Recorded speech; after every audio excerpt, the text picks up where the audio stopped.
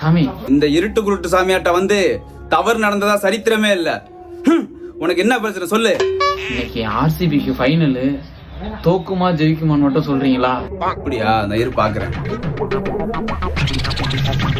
என்னப்பா அது பல வருஷமா தோத்துக்கிட்டே இருக்க மாதிரி செய்வன வச்சிருக்காங்களே. செய்வனையா? நான் எடுக்கிறேன் செய்வனையா, நான் எடுக்கிறேன். அதுக்கு நிறைய செலவாகுமே.